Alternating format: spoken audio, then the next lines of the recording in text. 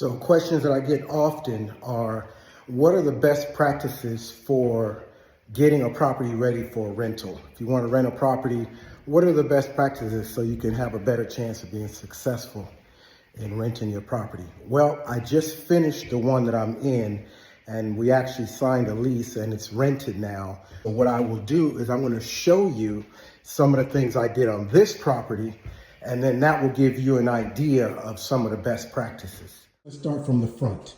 One of the main things that I do real quick is I make sure that all of the electric, all of the plumbing, I make sure that the heater is working, the gas is working, the lights are working. So I go over all the main systems and I make sure those things are in good order.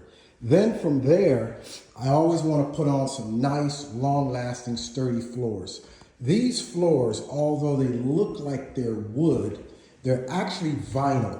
And what that gives you is it gives you a very durable product. It looks very appealing to the eye, but it also lasts a very long time and it's waterproof.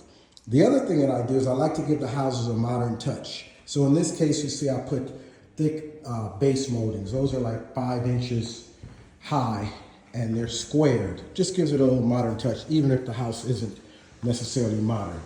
In the kitchens, I normally like to give new cabinets. That way they're gonna have new drawers, new cabinets, new everything, and that's gonna give me a 5 to 10 year life without any issues. I put stone countertops. In this case, they're quartz, these are man-made. Okay, the next thing that I do, the bathroom. That's one of the heavily used areas.